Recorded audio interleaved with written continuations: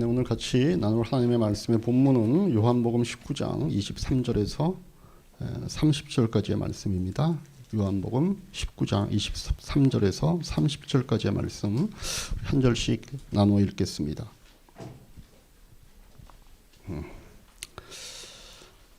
병정들이 예수를 십자가에 못 박은 뒤에 그의 옷을 가져다가 네 몫으로 나누어서 한 사람이 한 몫씩 차지하였다. 그리고 속옷은 이음새 없이 위에서 아래까지 통째로 짠 것이므로 그들은 서로 말하기를 이것은 찢지 말고 누가 차지할지 얘기를 걱정하였다. 이는 그들이 나의 겉옷을 서로 나누어 가지고 나의 속옷을 놓고서는 재미를 보았다 하는 성경 말씀이 이루어지게 하는 것이었다.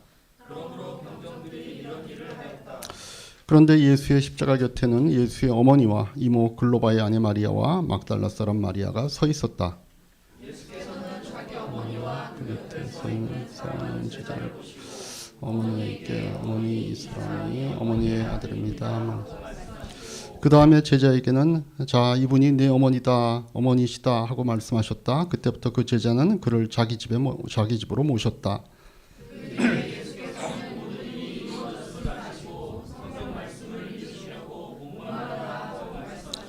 거기에 신포도주가 가득 담긴 그릇이 있었는데 사람들이 해면을 그 신포도주에 듬뿍 적셔서 우슬조대에다가 꿰어 예수의 입에 갖다 대었다. 예수께서 신포도주를 받으시고 다 이루었다고 말씀하신 뒤에 머리를 떨어뜨리시고 숨을 거두셨다. 같이 한번 우리 하늘복으로 서로에게 축복하십시다. 하늘복 많이 받으십시오. 인사하시죠.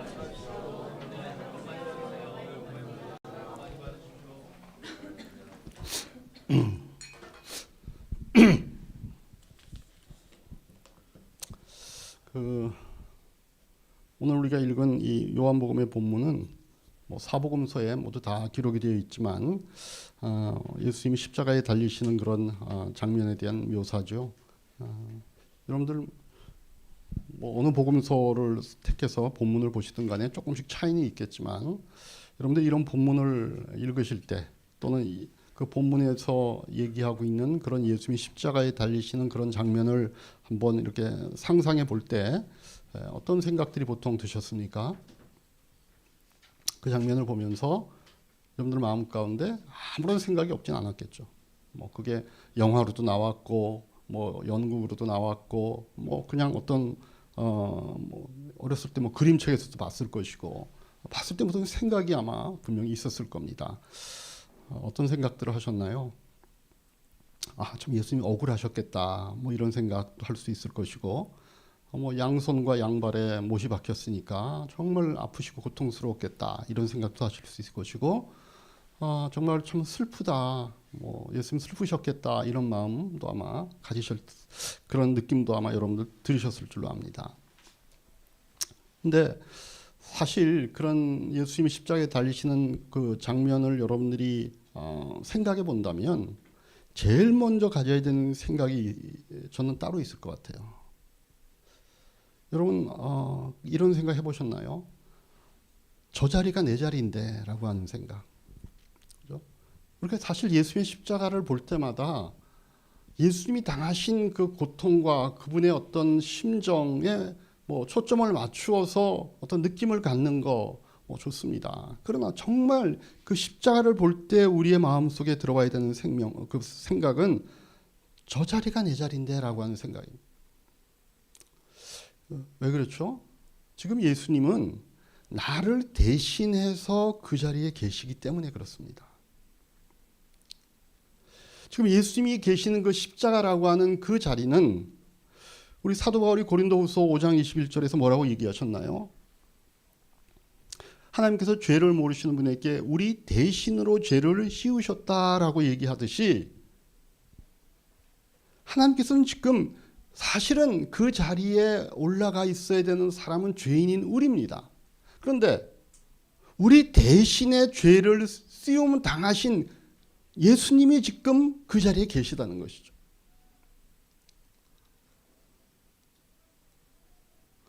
여러분 대신이라고 하는 단어를 우리가 모르지 않잖아요. 그렇죠?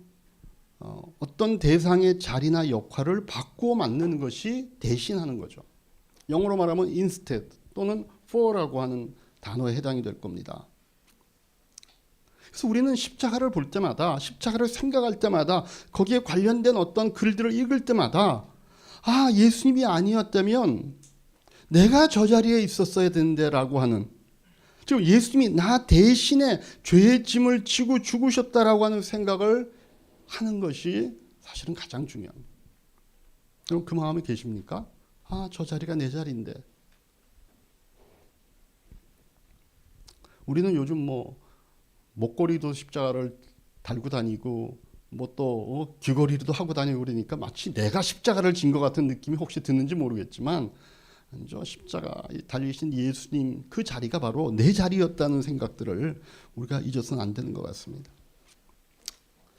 우리가 이 부활의 아침을 맞이하기 위해서 일주일 동안에 보통 교회들이 그 주간을 순환 주간 또는 고난 주간 이렇게 부르면서 뭐 우리 같이 새벽 기도회를 하든 아니면 어떤 특별한 어떤 그 시간들을 기억하기 위한 그런 행사들과 그런 의식들을 많이 합니다.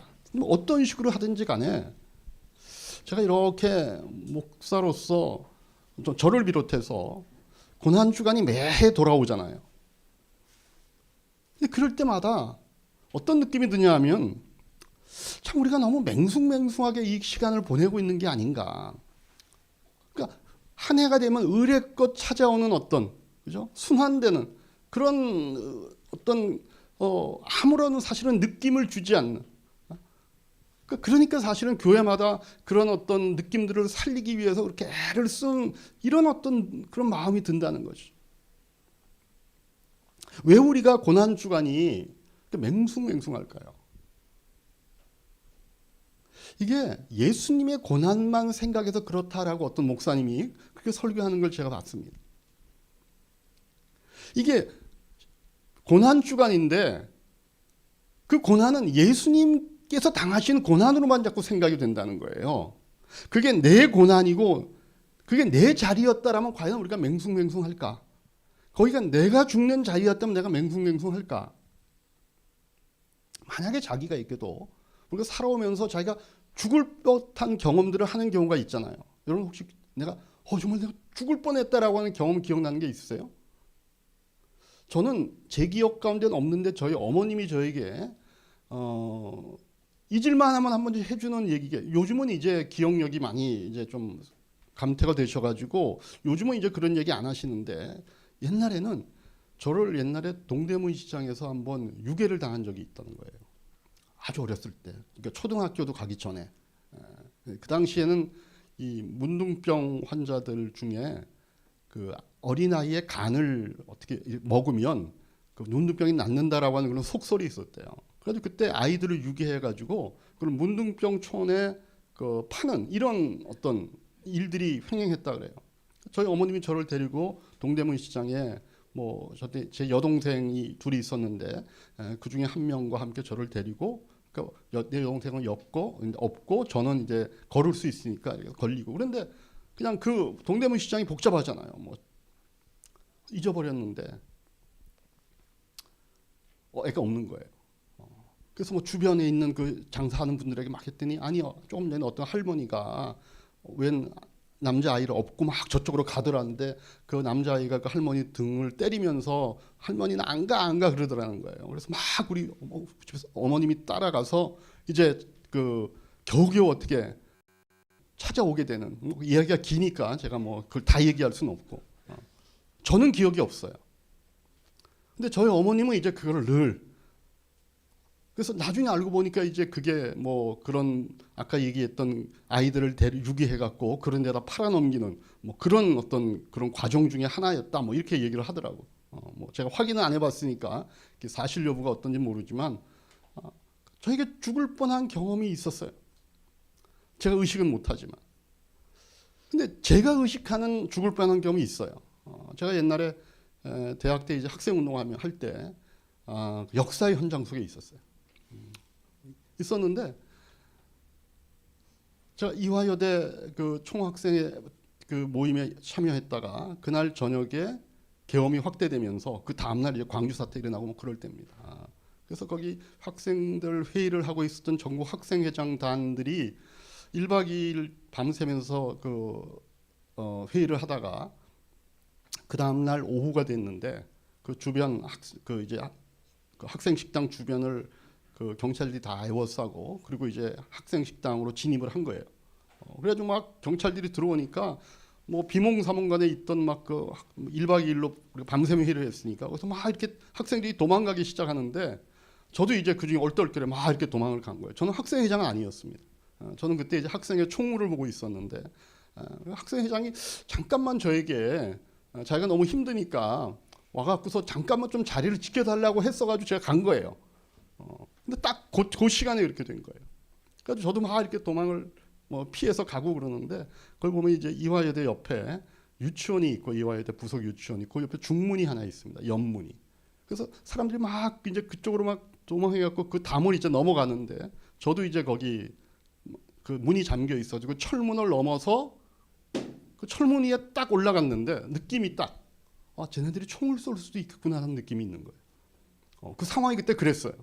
쟤네들이 총을 쏘면 내가 지금 나를 보호할 수는 아무것도 없는 지금 담 위 그 철문 위에 내가 올라가 있는 느낌이 딱 들면서 총을 쏘겠네 죽을 수도 있겠다는 생각이 딱 든 거예요.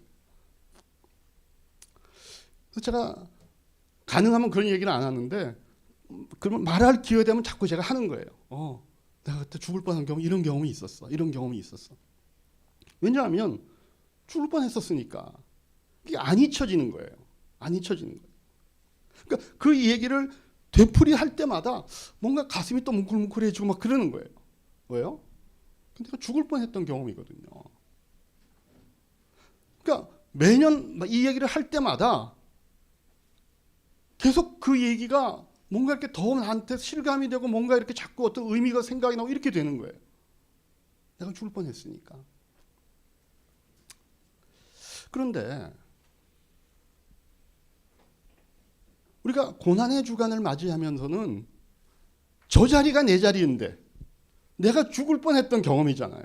근데 그게 내 죽음이라고 생각을 안 하니까 그냥 예수님이 죽으셨어. 예수님이 죽으신 거야 라고 하니까 우리는 그냥 그 기간이 그냥 맹숭맹숭해요. 나하고 별 관계가 없어요.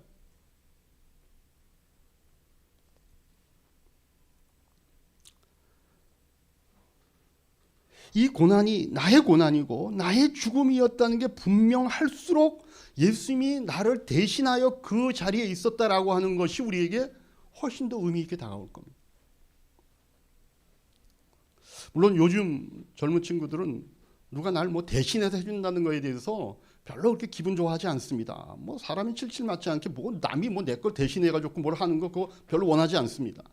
그런데 사실은 우리가 현실을 살아가면서도 누군가가 나를 대신하는 경험들이 많습니다. 옛날에는요, 여러분들 곤장 맞을 때 그 대신 맞아주는 사람이 있었습니다. 아르바이트로. 그래서 양반들이나 이런 분들, 우리가 흥부전 같은 데도 보면 흥부가 그 아르바이트 했어요. 양반들이 곤장 맞을 뻔하면은 이제 맞기가 좀 그러니까 그 곤장을 대신 맞아줄 사람들을 사서 곤장을 대신 맞게 했습니다. 그럼 그 사람이 대신 맞으면 양반은 곤장 안 맞아도 되는 거예요. 여러분 요즘은요 뭐 이렇게 명품 같은 거 막 오픈런 해갖고 살 때 있잖아요. 그럼 앞에 가면 막 줄들이 막 서 있잖아요. 그 당사자가 줄 서는 거 거의 없다 그래요. 아르바이트로 줄 대신 서주는 아르바이트가 있어요. 그럼 대신 해주면 본인은 거기 줄 안 서도 돼요. 대신 하니까. 여러분 학교 다닐 때 경험이 있는지 모르지만 대출 해준 적 있죠. 친구가 부탁해가지고서 걔 대신에 선생님이 출석 부르면 네 대답해 주는 거 대출. 그럼 내가 대출을 해주면 정작 당사자는 그 자리에 없어도 돼요. 우리 엄마들이 자녀 키우면서 아이가 아플 때 하는 말이 있잖아요. 차라리 내가 아프면 좋겠다. 네 대신에 내가 아팠으면 좋겠다라고 그런 말 하죠. 그러니까 우리가 이 대신한다라고 하는 거 왜 남이 나를 대신해줘? 라고 하는 말을 하지만 실제로 우리가 살아가면서 사는 인생 가운데 누군가가 나를 대신하고 내가 누군가를 대신해 줬기 때문에 실제로 해야 되는 사람들이 그 일을 모면하게 되는 일들은 실제로 우리가 경험하는 겁니다. 그래서 사람이 다른 사람을 대신해 줄 수 있는 일들이 있어요, 실제로. 그런데 아무리 원해도 대신 해줄 수 없는 일이 있습니다.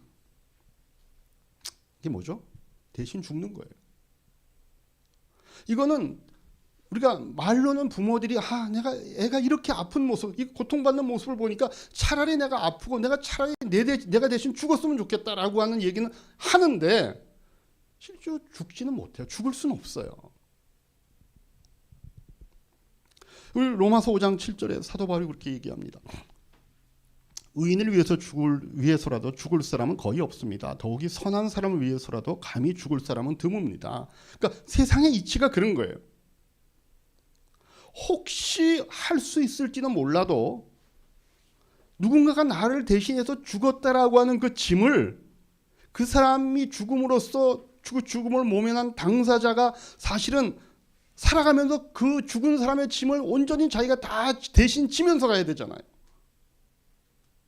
그러면은 죽은 사람이 보람이 없어요. 누군가가 나를 대신해서 죽었다면 정말 그 사람이 죽을 때는 내가 그 죽음의 어떤 위기와 그런 고통과 그런 두려움으로부터 어떤 책임으로부터 다 자유롭게 되기 위해서 죽어줬을 텐데 나는 그 사람이 나를 대신해서 죽었기 때문에 계속 그 사람에 대한 어떤 부담감, 어떤 그런 어떤 마음의 짐을 지고 산다면 대신 죽어준 의미가 없으니까 사실은 대신 죽을 수가 없는 거예요. 대신 죽는다라고 하는 것이 성립이 될 수 없으니까 그런 일은 안 일어나요. 근데 죽음을 대신해 줄 수 있는 유일한 분이 계시다고 성경이 얘기하죠. 그분이 바로 예수 그리스도인 거예요. 예수님이 우리를 대신하여 죽으시는 유일한 분이십니다. 왜 예수님이 우리를 대신하여 죽으셨다 그러죠? 우리의 죄를 없애주시기 위하여. 예수님은 의로운 사람을 위해서 죽으시지 않았습니다. 죄인을 위하여 죽으신다라고 성경이 얘기합니다. 로마서 5장 6절에서 8절입니다. 우리가 아직 약할 때 그리스도께서 제때에 경건하지 않은 사람을 위하여 죽으셨습니다. 의인을 위해서라도 죽을 사람은 거의 없습니다. 더욱이 선한 사람을 위해서라도 감히 죽을 사람은 드뭅니다. 그러나 우리가 아직 죄인이었을 때에 그리스도께서 우리를 위하여 죽으셨습니다. 이리하여 하나님께서는 우리들에 대한 자기의 사랑을 실증하셨습니다.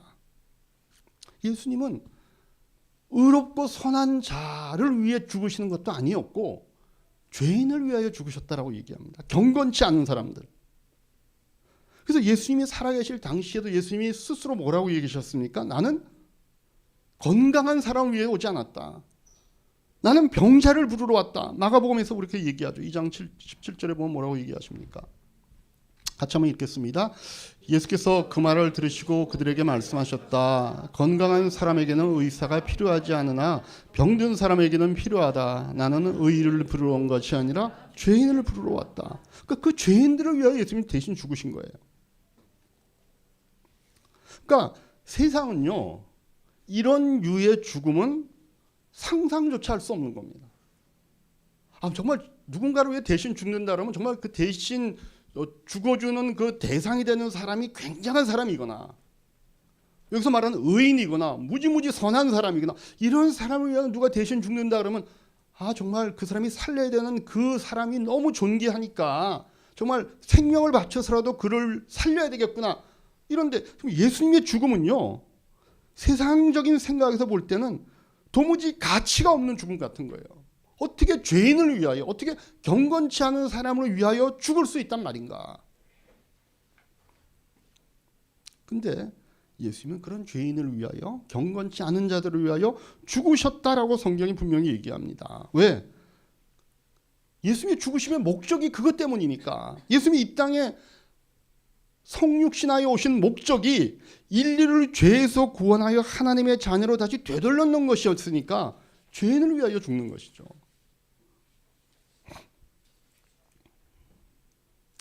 그럼 예수님이 그 죄인을 위하여 대신 죽는 게 왜 중요할까요? 예수님이 죄인을 위하여 대신 죽으셨어. 그럼 그게 왜 중요하죠? 우리가 당사자잖아요. 우리가 죄인이잖아요. 그러니까 죄인을 위하여 죽으셨다는 얘기는 죄인인 바로 나를 위하여 죽으셨다라고 하는 거예요. 그러니까 내 죄 때문에 예수님이 죽으신 거예요. 자, 그러면 이제 우리가 분명히 얘기해야 되는 게 뭔가 하면 예수님이 그렇게 나를 대신하여 내 죄를 위하여 죽으셨다면 이제는 내가 다시 내 죄로 인하여 죽을 필요가 있어요, 없어요? 없죠. 그건 당연히. 그 성경이 하고 싶은 얘기는 여기까지인 겁니다. 예수님이 너를 대신하여 죽었으니까 너는 이제 그 죄의 책임으로부터 다시 네가 그 죄의 짐을 질 필요가 없다는 걸 성경이 얘기하고 싶은 거예요. 남아있는 것은 우리가 이제는 사는 것만 남은 거예요. 그래서 우리가 그러면 예수님이 나를 위해 돌아가셨으니까 이제 나도 그 예수님 따라서 또 죽어야지. 이럴 필요가 없다는 거예요. 그거는요 오히려 예수님의 죽음을 욕되게 하는 것이다라고 성경이 얘기해요. 히브리서 6장 6절 보십시오. 히브리서 6장 6절에 히브리서 6장 6절 타락하면 그들을 새롭게 해서 회개에 이르게 할 수 없습니다. 그런 사람들이야말로 하나님의 아들을 다시금 십자가에 못 박고 욕되게 하는 것이기 때문입니다. 물론 이 구절은 앞절에 보면 하나님의 선한 말씀과 장차올 세상의 권능을 맛본 사람들이 타락할 경우에는 그건 다시 예수님을 십자가에 못 박는 어리석은 행위다 이렇게 얘기하는 건데 이 안에 제가 포함시킨 건 뭔가 하면은 우리 마음 가운데 이런 마음이 있는 거예요. 내가 신자답게 꿋꿋하게 잘 살아가기보다 그런 삶은 살지 않고 어느 날 세상에 살다가 내가 죄 졌네. 또 하나님 앞에 회개해야지. 또 회개하고 또 사는 거는 또 세상의 방식대로 살다가 어느 날 또 어떤 느낌이 와갖고 내가 또 죄 졌네. 회개하고 다시 내가 십자가를 붙듭니다. 이런 식으로 사는 삶에 익숙해지는 것은 안 된다는 거예요. 그 예수님을 십자가에 못 박는 거예요. 다시 예수님 십자가를 욕보이는 거예요. 예수님의 십자가는 더 이상 우리가 그 죄의 노예가 되어서 살지 않게 하기 위해서 십자가에 죽으신 것인데 우리는 예수님의 십자가를 어떻게 이용하는가 하면은 예수님이 나를 위해 돌아가셨으니까 내가 또 이렇게 세상을 살면 또 죄를 졌구나. 하나님께 또 회개해야지. 하나님 날 용서해 주셨어. 쭉 또 살아. 그 다음에 또 사는 방법은 또 세상의 방법, 죄를 지으면서 살다가 또 어느 날 어떤 말씀이나 어떤 주변의 어떤 상황 때문에 내가 또 내가 이렇게 하면 안 되지. 회개하고 또 내가 예수님의 십자가를 찾아가고 그런 식의 삶을 위해서 예수님이 죽으신 건 아니란 말이에요. 그건 오히려 예수님의 십자가를 다시 못 받고 욕되게 하는 거예요. 하나님이 우리에게 예수님을 이 땅에 보내 우리 대신에 그 십자가를 지게 하신 이유는 다시 우리가 십자가로 매달리는 그런 경험을 우리에게 필요토록 알려주시는 것이 아니라 예수님이 우리 대신에 죽었으니까 너희는 이제 살아라라고 얘기하는 거예요. 어떻게 살아라? 이제 우리가 우리를 대신 위하여 죽으신 예수님이 왜 우리를 위하여 죽으셨는가의 그 이유와 목적을 알고 이제 그 주님의 그 원하심대로 살아야 된다는 거예요. 그래서 우리가 고린도후서 5장 14절 15절에 그 얘기하는 겁니다. 같이 한번 읽겠습니다. 그리스도의 사랑이 우리를 강권하시는도다. 우리가 생각하건대 한 사람이 모든 사람을 대신하여 죽었은즉 모든 사람이 죽은 것이라. 그 모든 사람을 대신하여 죽으심은 살아있는 자들로 하여금 다시는 그들 자신을 위하여 살지 않고 오직 그들을 대신하여 죽었다가 다시 살아나시를 위하여 살게 하려 함이라. 그래서 우리가 살아야 되는 거예요. 어떻게? 우리를 살려주신 그분을 위하여 살아야 된다. 그럼 어떻게 사는 것이 그리스도를 위해 사는 삶인가? 디도서 2장 14절에 이렇게 얘기합니다. 다시 한번 같이 읽읍시다. 그가 우리를 대신하여 자신을 주심은 모든 불법에서 우리를 속량하시고 우리를 깨끗하게 하사 선한 일을 열심히 하는 자기 백성이 되게 하려 하십니다. 우리가 예수님을 위하여 살아야 되는데 이제 어떻게 하는 것이 예수를 위해 사는 삶인가 하면은 선한 일을 하는 백성으로 열심히 사는 거예요. 왜 우리가 그렇게 예수를 위해 살고 이 선한 일을 위한 백성으로 살아야 될까요? 계시록 5장 9절에 그 이유에 대해서 이렇게 얘기합니다. 요한계시록 5장 9절 같이 읽습니다. 시작. 그들은 이런 말로 새로운 노래를 불렀습니다. 주님께서는 그 두루마리를 받으시고 봉인을 떼실 자격이 있습니다. 주님은 죽임을 당하시고 주님의 피로 모든 종족과 언어와 백성 민족 가운데서 사람들을 사서 하나님께 드리셨습니다. 우리가 보통 얘기하는 하나님이 우리를 예수의 피값을 주고 사신 존재니까 우리가. 왜 우리가 예수를 위해 살아야 됩니까? 하나님이 우리를 구원하기 위해서 예수라고 하는 그분의 죽음, 그의 피값으로 우리를 사신 거예요. 다시 말해 하나님께 있어서는요, 우리가 예수님의 피값보다 더 귀한 존재니까, 여러분 물건을 살 때 그 물건에 우리가 값을 치르죠. 그러면 그 값을 치르고 그 물건을 사는 이유는 그 값보다 그 물건이 가치가 있기 때문에 사는 거잖아요. 내가 10만 원을 주고 어떤 물건을 사는데 그 물건의 가치가 5만 원밖에 안 돼. 근데 10만 원 주고 사는 사람은 없어요. 최소한 내가 보기에 그는 10만 원 이상의 가치가 있으니까 10만 원을 주고서라도 그 물건을 내가 사듯이, 하나님이 우리를 예수의 피값으로 산 것은 하나님의 시선으로 보기엔 예수의 피값보다 우리가 귀하니까 사는 거예요. 다시 말해 하나님께 있어서는 우리가 예수의 피보다 값진 존재니까 우리가 선한 일을 하는 백성으로 살아야 된다는 거예요. 왜? 원래 우리 다움이, 하나님이 우리를 창조할 때 우리의 인간, 하나님이 창조한 그 인간 다움, 하나님의 자녀 다움이 그 수준에 있어야 되기 때문에 우리는 그렇게 살아야 되는 거예요. 그거 위해서 하나님께서는 우리를 예수의 피값이라고 한 값을 지불하고 우리를 살려내는 거예요. 왜? 우리가 살아야 되는 삶에 그 존귀한 가치가 있으니까. 그 삶을 살도록 우리에게 하시고 싶으니까.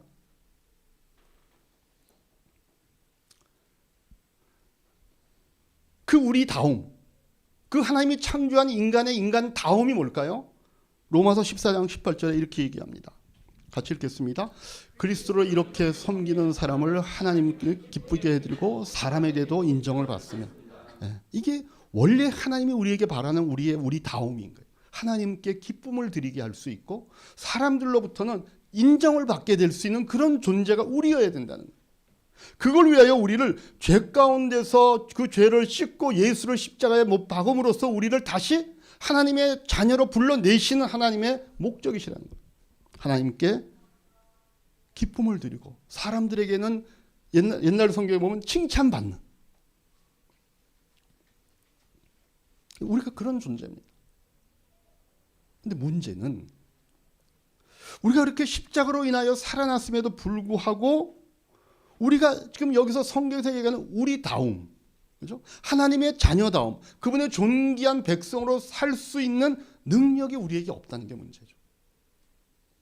하나님께 기쁨 드리고 사람에게 칭찬받지 못하는 삶을 우리가 현실적으로 살아요. 이유가 뭔가 하면 마음이 없진 않아요. 그런 마음이 있어요. 내가 하나님께 기쁨을 드리고 사람들에게 칭찬받는 그런 사람으로 살고 싶다라고 그 마음은 있는데 자꾸 그 마음의 불씨가 꺼져요. 시시때때로. 마음이 아예 없으면 우리가 이런 거에 대한 바람도 없겠는데, 우리가 마음이 이렇게 그냥 이렇게 세상적으로 있다가도 이렇게 예배 시간에 와서 설교를 듣고 또 여러분들이 개인 큐티나 또 주변 사람들의 어떤 이런 간증들을 들으면 나도 저렇게 살고 싶어, 나도 하나님께 기쁨 드리고 사람들에게 인정받는 그런 삶을 살고 싶어라고 하는 마음은 있어요. 근데 너무 자주 그 불씨가 꺼져요.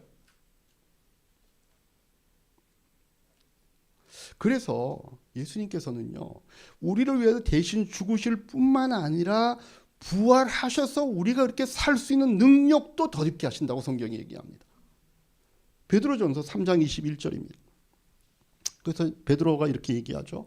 그 물은 지금 여러분을 구원하는 세례를 미리 보여준 것입니다. 세례는 육체의 더러움을 씻어내는 것이 아니라 예수 그리스도의 부활을 힘입어서 선한 양심이 하나님께 응답하는 것입니다. 예수님의 부활하신 그 이유는 우리의 영혼이, 우리의 양심이 하나님께 응답하는 것, 하나님이 우리를 그렇게 예수의 피값으로 사셔서 우리를 어떻게 살게 하시겠다라고 하는 그 하나님의 꿈, 하나님의 소원, 하나님의 뜻에 대하여 우리가 반응할 수 있도록 만들어내신다는 것. 그걸 위해 예수님께서 십자가에 죽으실 뿐만 아니라 부활의 자리까지 가셨다라고 성경이 얘기하죠. 그냥 우리가 약한 불꽃으로만 뽀짝뽀짝 피우다가 금방 꺼지고 마는 것이 아니라 우리의 선한 양심이 하나님께 향하여 살 수 있도록 예수님은 부활하신 것입니다. 그리고 부활하고 승천하셔서 성령님을 우리에게 보내주셔서 성령께서 내 안에서 나를 주관하도록 하시는 겁니다. 하나님께 응답할 수 있도록, 하나님께 반응할 수 있도록. 디도서 3장 6절, 하나님께서 이 성령을 우리의 구주이신 예수 그리스도로 말미암아 우리에게 풍성히 부어주셨습니다. 그래서 우리의 힘으로는 그렇게 살 능력이 없습니다. 마음 있다가도 금방 꺼져버리는 불씨와 같은데, 이제 우리 안에 그리스도의 영이신 성령께서 우리 안에 들어오셔서 나를 주관하도록 하시는 자리까지 가게 하는 겁니다. 그래서 부활절은 나를 대신하여 죽으신 예수 그리스도를 기억하고 그래서 감사하는 자리여야 됩니다. 왜냐하면 대신 죽으셨을 뿐만 아니라 내가 하나님을 향하여 살 수 있도록 가게 하는 날이기 때문에 그렇습니다. 한 가지 더 놀라운 점은 이미 내가 그렇게 되었다라고 하나님이 선포하신 날이 부활절이기도 하다는 겁니다. 그러니까 우리가 하기 여부에 따라서 하나님께 기쁨도 드리고 사람께 칭찬받는 것이 되는 게 아니라 내가 살아가는 삶의 어떤 그 상태에 따라서 어느 날은 하나님께 기쁨 드리고 어느 날은 사람들에게 인정받는데 어느 날은 그렇게 안 되고 이런 것들이 왔다 갔다 하는 것이 아니라 이미 우리는 그런 사람이 되었다라고 선포하는 날이 부활절인 것입니다. 그러니까 우리가 보기에는 나는 아직 아니야 라고 하는 생각이 들 수 있지만 하나님은 선포하시는 겁니다. 예수 그리스도의 부활 안에서 너희는 이미 하나님께 기쁨을 드리고 사람들에게 칭찬받는 존재가 되었다라고 선포하십니다. 여러분, 어느 것도 하나님의 뜻하신 것들을 방해하거나 그것들을 무력화시킬 수 있는 것이 없습니다. 그러니까 하나님은 뜻하신 것 자체가 그 결과입니다. 문제는 시간입니다. 하나님이 뜻하신 그것이 우리 각자의 인생의 시간의 흐름의 상황에 따라 하나님의 그 뜻이 우리에게 온전하게 나타나는 그 시간들의 차이가 있을 뿐이지 우리는 이미 예수 그리스도의 부활 안에서 우리는 하나님께 기쁨이 되고 사람들에게는 인정받는 자가 된 것입니다.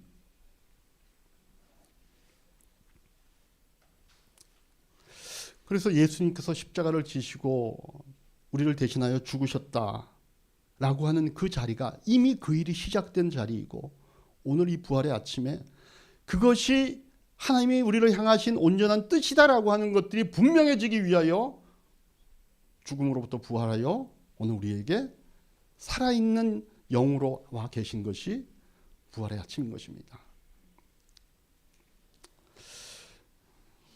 여러분들이 이제 이 한 주 살아가시면서 내가 어떤 존재로 하나님 앞에 부름을 받았는가 다시 한번 기억하면서 여러분의 현재의 상태와 여러분들의 연약함과 부족함과 관계없이 하나님은 여러분들을 그렇게 만들어내실 것입니다. 그걸 위하여 예수님의 피값을 치르셨습니다. 왜? 우리가 그러기에 충분한 존재니까. 이미 하나님은 우리의 완성된 모습을 보시는 겁니다. 그래서 예수의 피값을 지불해서라도 우리를 죄의 자리에서 구원하여 하나님의 자녀로 걸어가는 인생의 시작점을 허락을 하신 것입니다.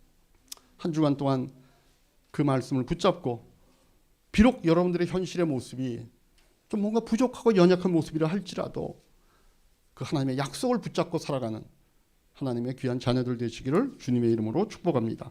기도하겠습니다.